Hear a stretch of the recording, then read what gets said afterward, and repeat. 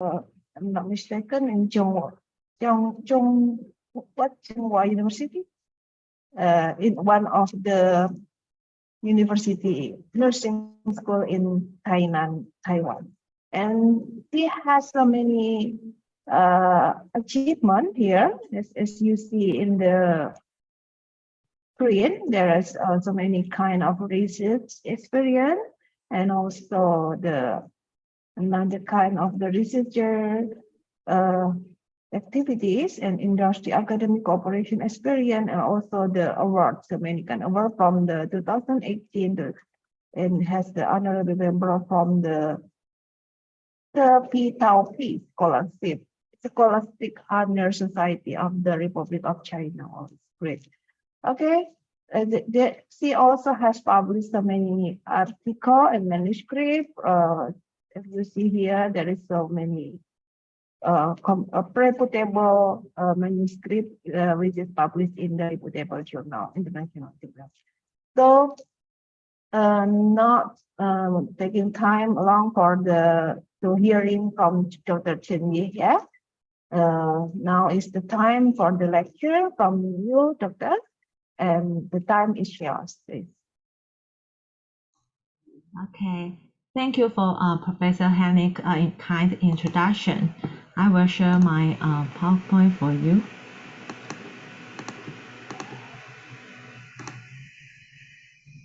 Okay. Can you look at my screen here? My slide? Yes, it's clear. Okay.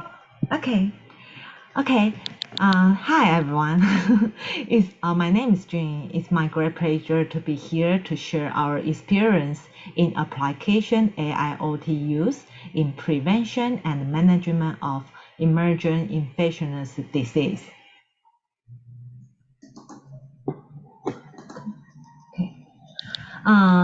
As you can see, currently I work as an assistant researcher in Department of Computer Science and Information Engineering in National Cheng Kung University. Also, I work as an assistant professor in Tsinghua University. And actually, my background is nursing. My research interests focus on digital health, AIoT application in medical field, and geriatric care and infection prevention. Therefore, I have some interesting experience about AIoT in emerging infectious disease with you. Here are the works of our team from 2015 to represent. In 2015, there was a dengue outbreak in Tainan, Taiwan. I think it's also dengue outbreak is common in Indonesia too. So I have some many experience in application this kind of artificial Internet of Things and in the field of prevention of infectious disease for you. And we start to think about how to apply the information and communication technology in prevention and control of infectious disease.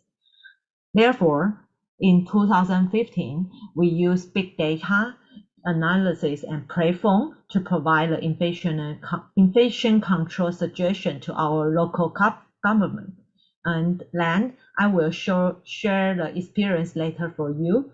And based on the successful experience, we kept working on the development and application of IoT solution in prevention and control of infectious disease. At first, I want to mention that, do you guys know that what is the Internet of Things? Can someone answer the question about Internet of Things? Maybe something about technology that can be, like a technology or something that can related to health care things, I think. Yeah, that's a good question, good answer. Yeah, and can someone raise an example that what is the Internet of Things? I mean, Do you use the Apple Watch or like a smartwatch, or do you have a cell phone? Okay, we mean the watch and the cell phone. The things can connect to the internet and to transmit, to upload the data to the internet, which we call Internet of Things. Therefore, we developed the smart wristband, which is smartwatch, and its cloud-based service platform. We use this kind of IoT solution in application of prevention and control COVID-19 since 2019. So I want to raise a important issue that the first important issue I want to share is that to identify the problem from practical issue, especially by using smart medical service.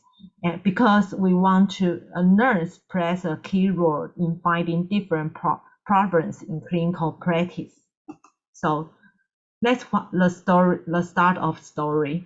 I will share our first experience in prevention and control of dengue fever in 2015. Because in Taiwan, the most recent dengue outbreak in Taiwan was in 2015, and the Tainan, which the city I live, which was the world's affected city with more than 20,000 dengue cases. This was almost the biggest outbreak in Taiwan ever. During this outbreak, patients who aged over 17 years old had a highest prevalence rate, and which differed from the predominant younger patient in the dengue epidemic in other countries of Southeast Asia. I think it's also in Indonesia the younger people had the highest prevalence rate of dengue infection. But in Taiwan, at that time, the older people is the most risky population.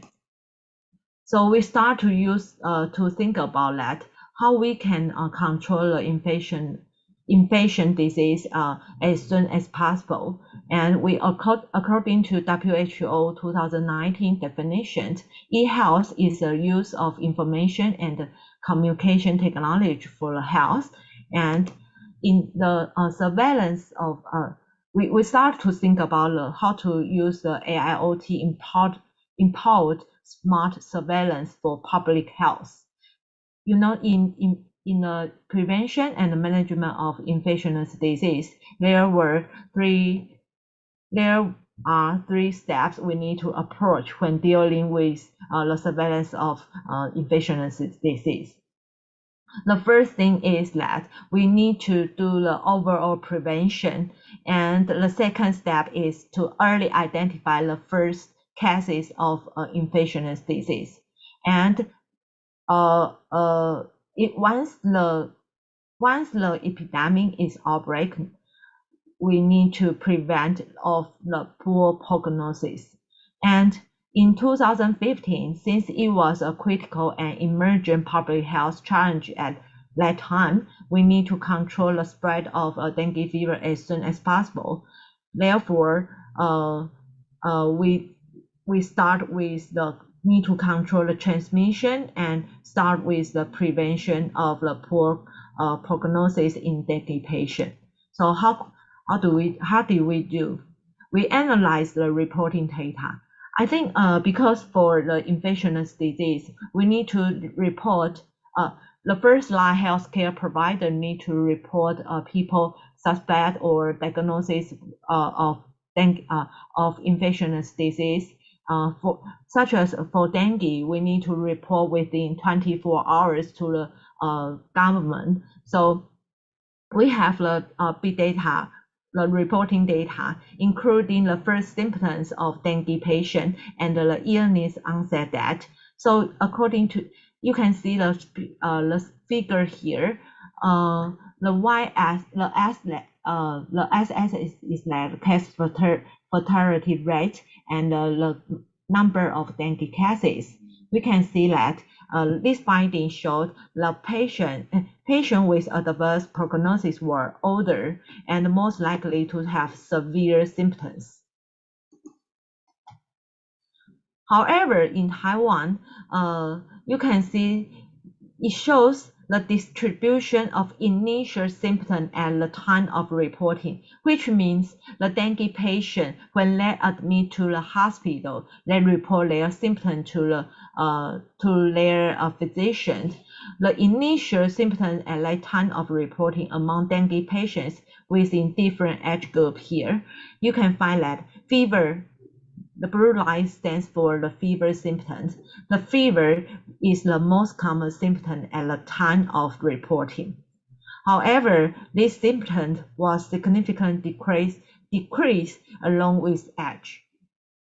So you can see the infected elderly showed atypical symptoms and had less fever. So what's the significance of the result? According to our research finding, we may conclude that older patients had higher mortality rate and present atypical and severe symptoms. And fever was the most important symptom, but less in the elderly. So we start to think about that. Can we use simple? Because at that time we found that there were many patients readmitted to our emergency department because of the prolonged fever symptoms and severe symptoms. So we start to think about, can we use a simple device to continuously monitor people at risk of adverse effect? So we face the public health challenge due to infectious disease. We did learn some important lesson from this experience.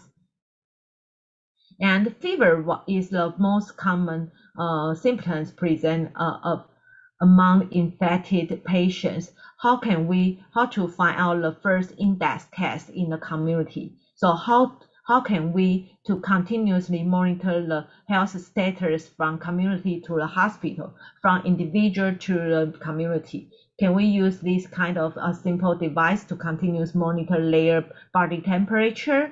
So we start to think about this kind of issue before COVID-19. So we start to use AIoT in infection prevention and control from 2015. So as I mentioned before, the body temperature is one of the most important vital signs for assessing human health. In addition, with age, change in psychological and pathological function leads to a decline in the ability of organ system to adapt physiological stressors. So older people generally had a lower core body temperature, and their thermoregulatory response will be changed. But actually, in the clinical practice, we often use the thermometer like electronic thermometer and infrared ear thermometer or infrared forehand thermometer to check to measure the human body temperature at a predetermined interval or when patient's condition change. Therefore, we may not detect abnormal change timely. However, for monitoring of the infectious disease in the community, the measurement tools for continuous body temperature monitoring is very critical. So we suggest in clinical practice the measurement tools for continuous body temperature monitoring suggested in clinical practice are usually invasive or may not be applicable in the general population. So we started to find some device in the everywhere and to find out the effect of wearable device for monitoring body surface temperature, which means the skin temperature. Because of the outbreak of COVID-19, so there were many devices were developed to continuous monitor body temperature. But at 2015, there was not many devices to be developed to continuous monitor body temperature. So today, different wearable device has been developed with the advantage of minimize the discomfort and interface with normal human activity, have attracted attention in the field of continuous monitoring of body temperature. And several studies has presented the effect of wearable device in various forms to monitor body surface temperature. However, there were still some limitation in different studies. Like for the wearable device they develop with the disadvantage of low feasibility or less clinical validation, or only limited in the pilot study or prototype stage. So we all work as a company to develop wearable device to real-time monitor physiological parameter, which we call heart thermal. And for this device, we can continue monitor their body temperature, which the skin temperature, the heart rate, and the step and the calorie. The smart, we also work with interdisciplinary team, consists of experts from computer science, mathematics, and medical and public health. So we work as a team and to develop a cloud-based platform to continue collect the data and to analyze the big data. So we also went to the CES show. CES was the biggest show for the business of consumer technology. It was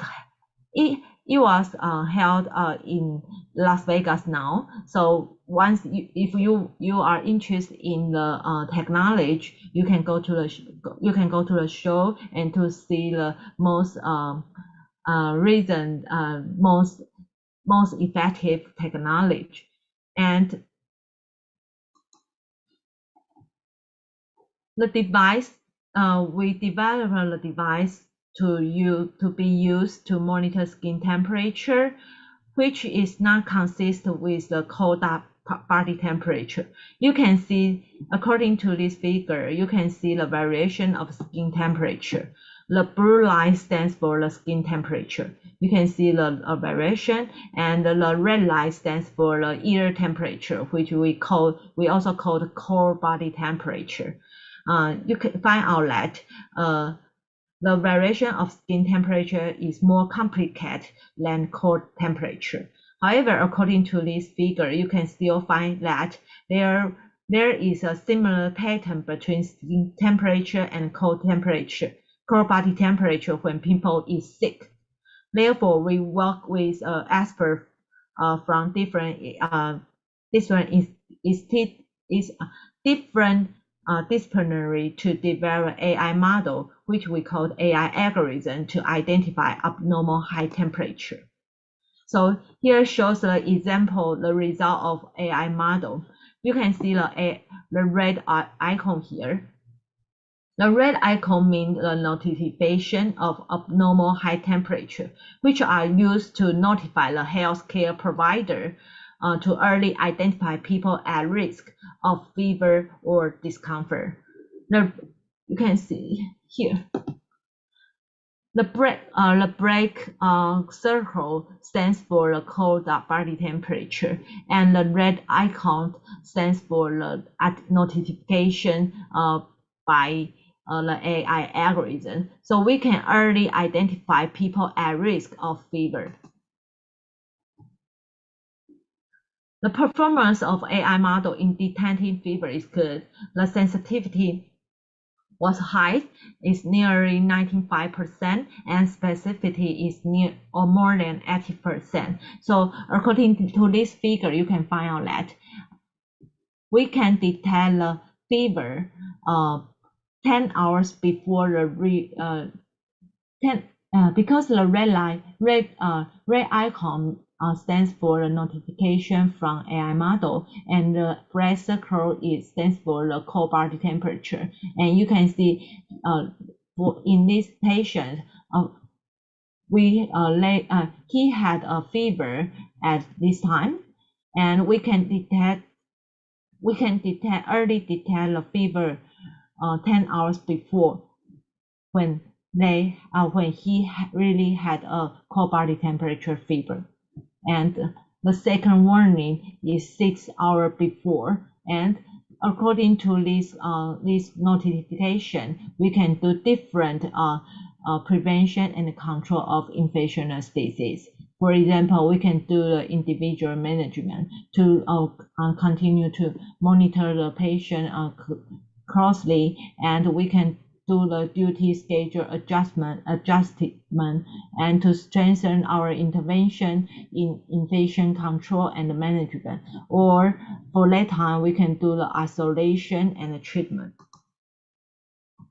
So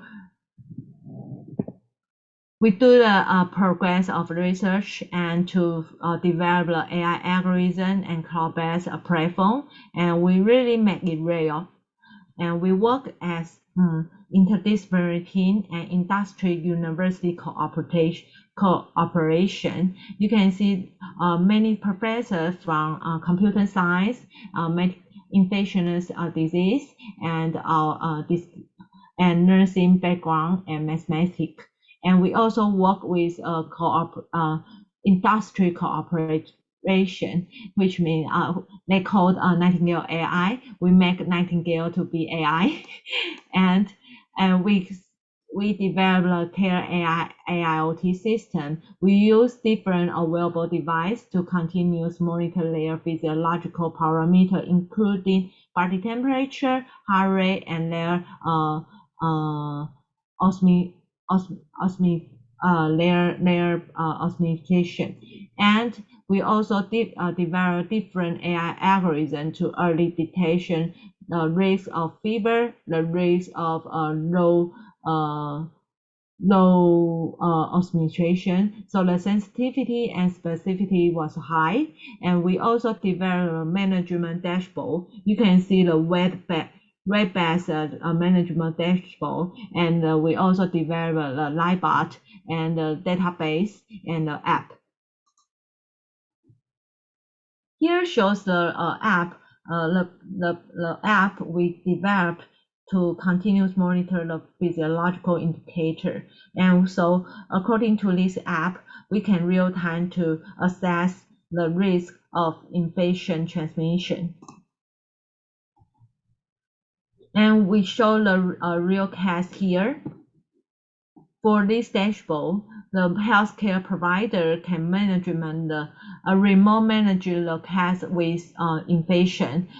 We can find out that for this case, they had a risk of fever here, and we can provide real-time risk assessment for the first-line healthcare provider, especially during the outbreak of infectious disease. So I will share many experience in application of AIoT in real world.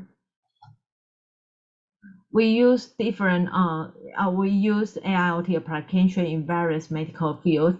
For example, in the home labeling and palliative care, and in the hospital and the long-term care.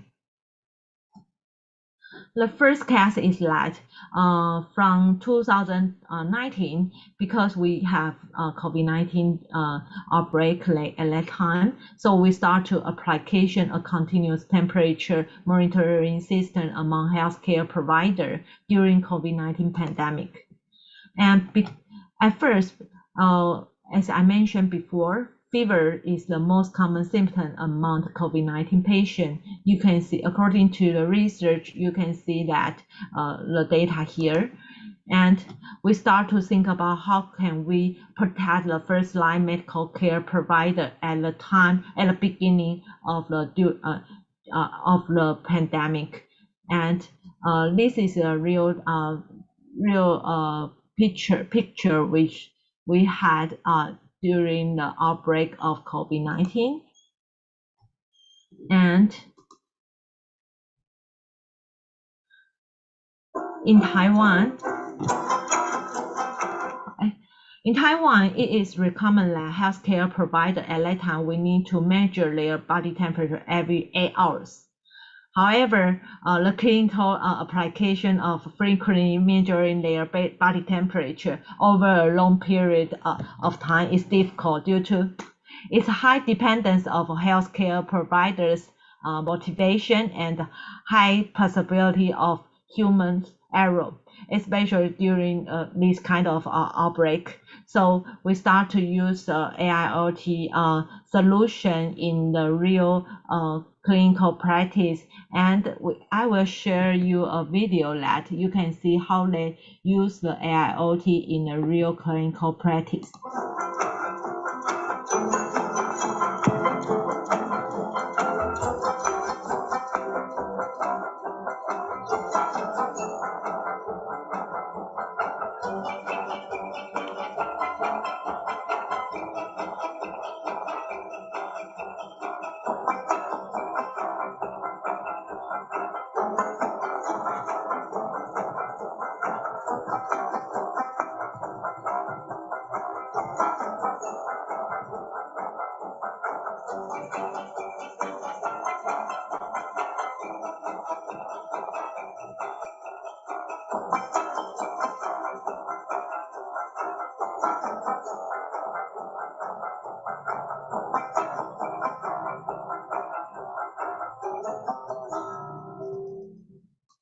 Yeah.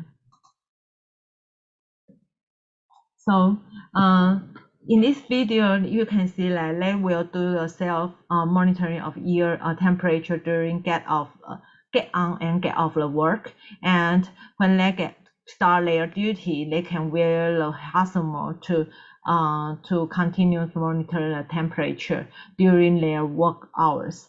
And we set up a different Bluetooth gateway in the world, and therefore we can continue monitoring their body temperature and real-time location monitoring. And because of the AIoT system in application in a real clinical field, therefore we can conduct a real the risk assessment and worrying confirm at that time. And because of the AIoT system in application of continuous monitoring body temperature of a healthcare provider, and the adherence rate of measuring their body temperature is increased at that time.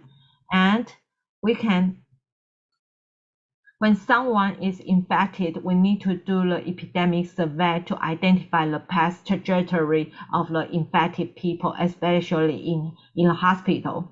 Before application the care AI model, we need to spend a lot of time to survey it.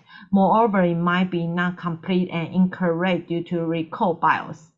We need to ask the healthcare provider which patient you care before, and where you went before, and we need to do the epidemic survey. So we spend a lot of time to do this kind of epidemic survey. And because we really have many recall bias about the contact tracking. So when we start to use the AIoT system, we can do the epidemic survey period shortened to be less than 1 second. Here you can see that. And we also can find out like which place should be the first priority to be clean. When people gather here, and this is the nursing station. So nursing station is the most severe, most important field we need to do the first priority to be cleaned. So at that time, because we use the AIoT system in prevention of and management of COVID-19, so many news report to announce this kind of issue in Taiwan, and we also publish different research evidence in top journal in medical informatics. We want to announce that we can use the new technology in prevention and management of COVID-19. Sorry. Okay. And we also won the award and honors at that time.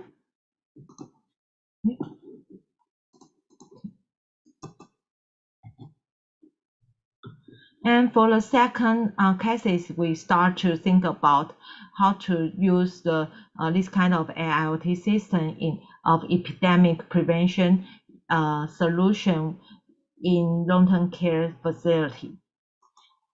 Because as I mentioned before, the elderly might not present typical symptoms of infection that progress into poor outcome quickly. So we start to think about, can we use the AIoT system in prevention and management the emergent infectious disease in long-term care facility? As a nurse, we need to provide a safe environment for the elderly. So we use AIoT system in long-term care institution during COVID-19. And when the elderly in the facility, they will wear the HACCP or the wearable device, and we also set up the Bluetooth gateway, and their data, the data of physiological parameter will be transmitted to the gateway by Bluetooth, and the gateway can transmit to upload the data to the cloud base and to do the AI analysis. And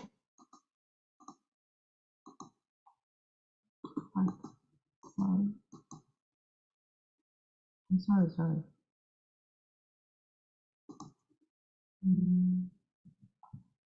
Okay.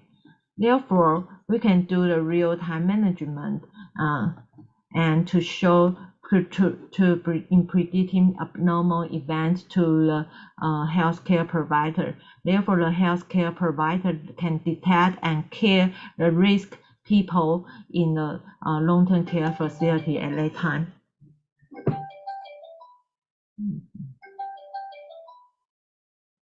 Sorry, I will.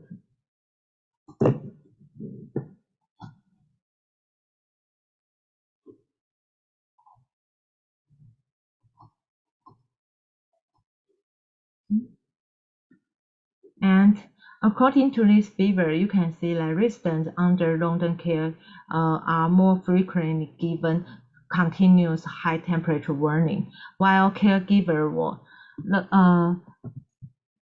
caregiver are more often given peak temperature warnings. And we also did an analysis of AI algorithm performance in the long-term care, and we found out that the AI algorithm we developed is still had a high sensitivity and specificity. At the beginning of the outbreak of COVID-19 in Taiwan, we start to have a smart quarantine center, which means when people, the traveler come to Taiwan, and we need to send them to the quarantine center. And in the quarantine center, the nurse need to care more than I think more than 100 people at a time. So we need some solution to remote monitor their health conditions. And This is a real case here, and you can see the quarantine center, and we start to use the AIoT solutions to make the people to wear the wearable device and continuous monitor their body temperature and heart rate, and including the oscillation. Because at that time the challenge of in the quarantine center is that we want to solve the limited healthcare workers and limited healthcare resource during outbreak of COVID-19, and we also had big data and complex data. So by using these care AI models, we can do the real-time reporting of vital signs to the first-line healthcare provider. Therefore, they can remote monitor their health conditions, and we can do the automatic notification of severe symptoms, and we also can do the intelligent data management at that time. So here we showed the timeline of the application of AIoT solution in the prevention of COVID-19. From 2020, we start to develop algorithm to early detect the fever of COVID-19 patients, and we start to develop the systems, including wearable device and the AI algorithm and the cloud-based platform, and we do the indoor tracking, and we start to apply AIoT solution in long-term care facility, last, we use this kind of AIoT solution in quarantine centers, and we can run it automatic and monitor the healthcare, the health condition centralized, and to master the rescue time. And so for this scenario, you can see the video here. We use the AIoT device to continuously monitor their body temperature and heart rate. And the medical staff can check the status of AI algorithm in a hospital.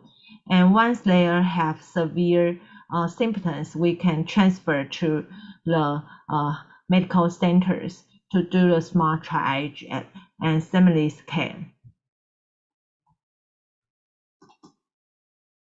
And here we provide different dashboards in the hospital. Therefore, the management in the hospital can continuously monitor, remote control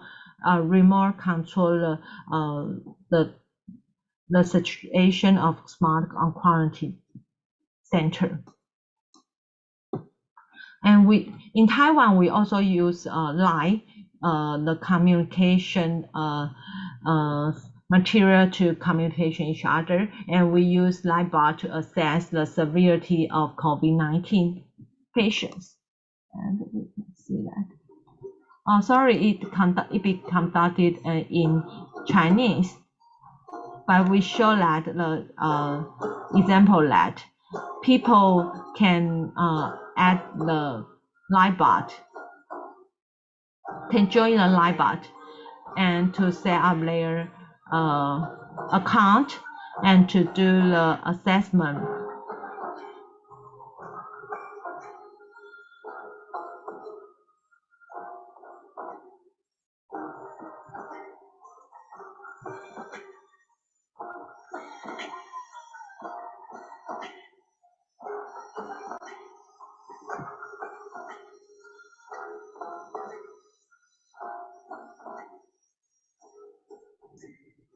So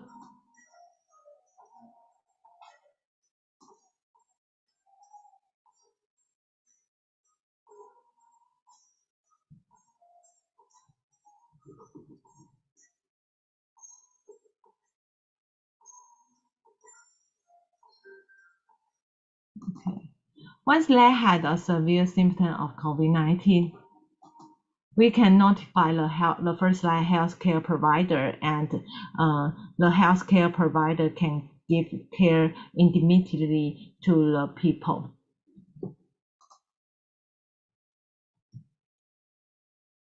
So after I sharing so many cases, so many experience in application of AIoT solution in the field of prevention and management of infectious disease, do you ever think about what is the future of nursing?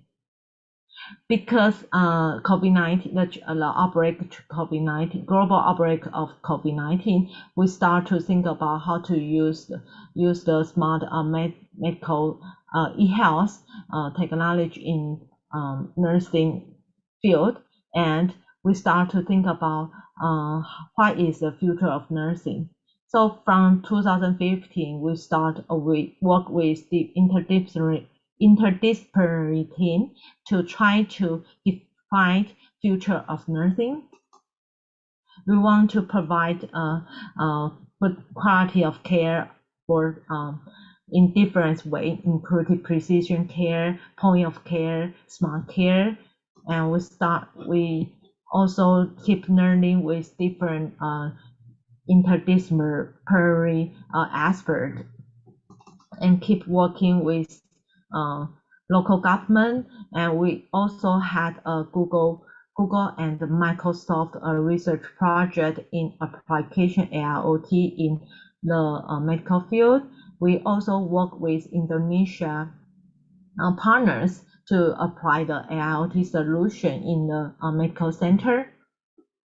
So at the end of the presentation, I want to encourage everybody that defining your future of nursing, because in the during your student period, you need to start and study and work hard, and remind that to keep learning and pray hard to have more motivation into to think about the new challenge of nursing and new solutions into nursing care.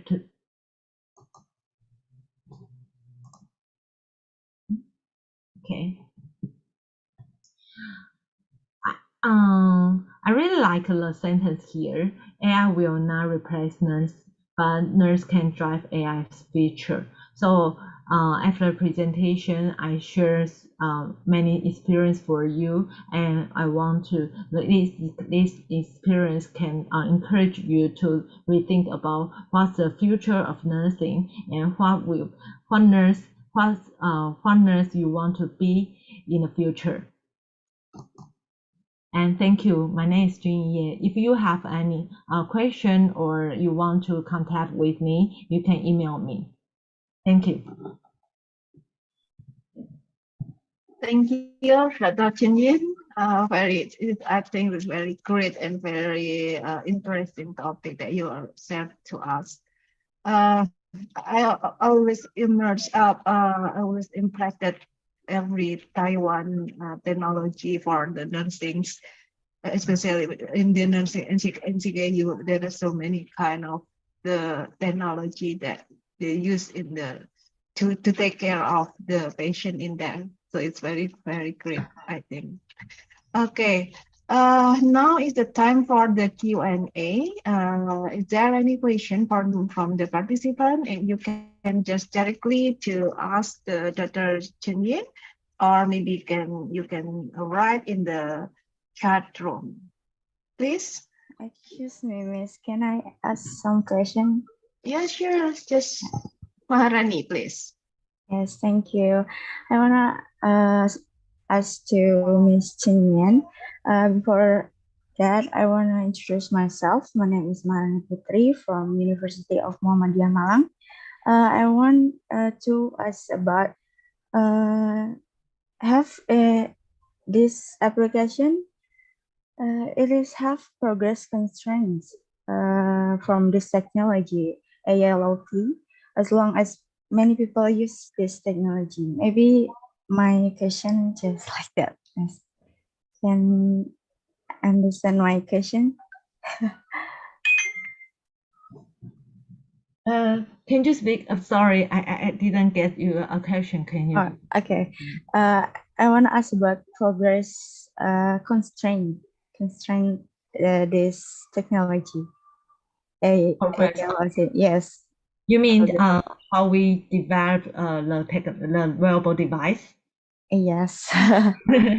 Yeah, we Okay. started from a research project at that time, before COVID-19, the outbreak of COVID-19, because we observation the clinical issue that the body temperature is the most important symptoms of the most common symptom and the first symptom of infectious disease. So we start to think about how can we to find out the first fever cases in the community, but we cannot do the remotely monitor at that time. So we start to think about can we use the wearable device, and we try to apply the research project of the government, and we have the funding. We got the funding, and we can the grant, and we can start to cooperate with the industry, and they help us to develop the hardware, the wearable device, and but for the software, we start work with a expert from computer science, and they discuss with us, discuss with the expert from medical field, and we work together and to develop AI algorithm and cloud-based service. And from there on, we already developed the AI algorithm, the cloud-based platform, and a wearable device, but we need to apply in the real condition. So that's why we start to try to use this kind of AIoT solution in the field of hospital and in the field of long-term care facility. It's a long story here, but keep going and keep communicate with different experts from different industry and interdisciplinary work together. Yeah, I hope I can answer your question well. Yes, Miss, very well. Thank you. Thank you. Yeah, thank you. Is there another questions from the students? Raise your hand or just open your microphone.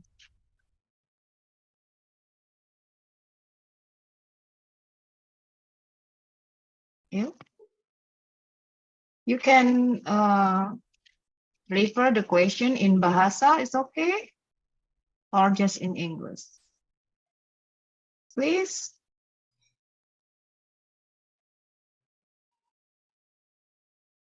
No one question. I have a question.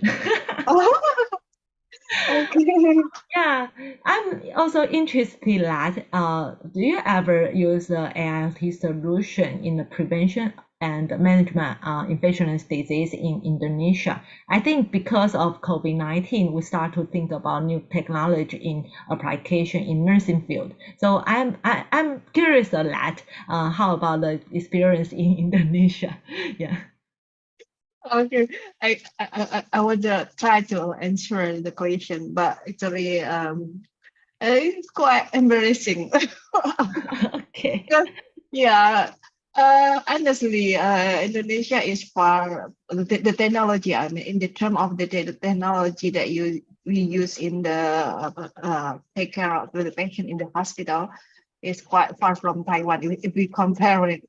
But actually, when we not all of the hospital have applied the medical technology like we're using the devices to our patient like in Taiwan, but maybe in the I really hope that in the future we can have like in Taiwan also maybe using the devices. But maybe we only have the very simple technology because some of our population didn't not all our population have look at the technology good in the good way, but not all our population can reach the internet is easily. But yeah, some maybe in the one a big hospital, it just maybe in like in the level international hospital in our country, maybe use this kind of the medical technology, but some of maybe far I mean so many a lot of the hospital didn't use it. For tracking, usually we just only particularly talking about the COVID-19 in last year. Some of our government mentioning about the application in the phone, mobile phone, but is it only like using a tracking for the people that have the COVID-19? And also when we just going to public services, public places, we should have this application so that they allow us to come in. Yeah. Is that only like a tracking or maybe just screening, something like that, but not as fun as like in Taiwan, I think. But I think it's a very wonderful example that how we use IoT to track people trajectory during the outbreak of COVID-19. And it also raises another issue that we can still consider that the data privacy of the IoT use in the medical field, because I keep thinking about this kind of issue. Can we still use the IoT or IoT tracking in the people continuous monitor people's health condition? It is okay for everyone, or it is we need to think about many issues in different aspects, especially in nursing, because we work as a first line healthcare provider, and many intervention we need to invest in the patient, so we need to protect them, including their data privacy. So that's an important issue we need to consider. Yeah. We hope to. Yeah. Okay. Is there any question for the last? Maybe one more question for the last time. Please, our students, just ask directly to, maybe some of you interesting to study nursing in Taiwan. Welcome to To just directly have the another knowledge about Taiwan. I think Taiwan is very good knowledge about, particularly nursing, because it has been a long time not see you. Yeah. Yeah. We'll Yeah. come back to Taiwan. Yeah. Okay. Yeah. Is that no question more? Participant? Okay. If not, I think all of is enough for this session in this morning. Thank you all for the very great sharing today, Dr. Chun Yin. And thank you for all the participants. And now we are it's the last of our session for the second, and also for the Nursing International Circuit is the last material. And now I give the time to Mrs. Olivia as the MC. Mrs. Olivia. Okay, thank you, Ms. Thank Henny. you.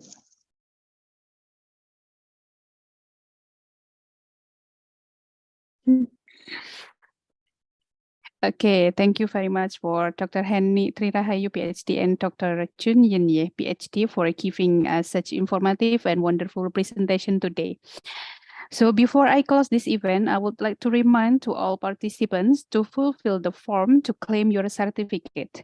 The link we have written in the chat section, please check and please fulfill the form before we close this event to claim your certificate. Okay, thank you. And now finally we come to the last session in the short course today, that is closing. So to close this event, let's reciting Hamdalah together. Alhamdulillahirabbil alamin. So as the master of ceremony, once again, thanks to Dr. Sriani Padmalata, PhD, and Dr. Chun Yin Ye, PhD, as a speakers, and also our moderator, Dr. Henny Tri Rahayu, PhD, the lecturers, the committee, and also the audience entirely from Indonesia, Malaysia, Thailand, and Philippines who had joined us in the 3 consecutive days. May what we had conducted today will be useful for us in the future. So ladies and gentlemen, if in guiding this event I made mistake or offend someone here, please forgive me. So dear participants, thank you very much for your coming and your nice attention. See you in the next Nursing International short course. Have a nice day and good morning, everyone.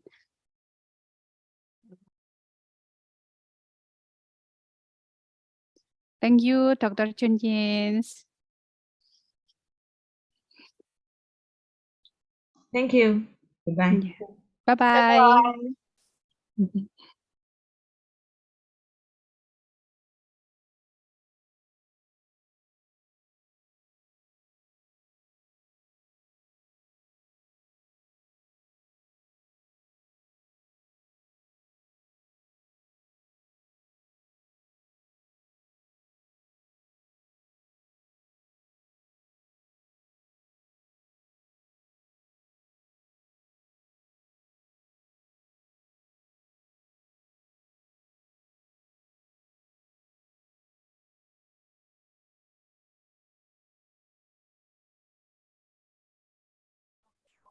So everyone in here, please don't forget to fulfill the form and you can leave this Zoom meeting. So thank you, everyone. Thank you, student.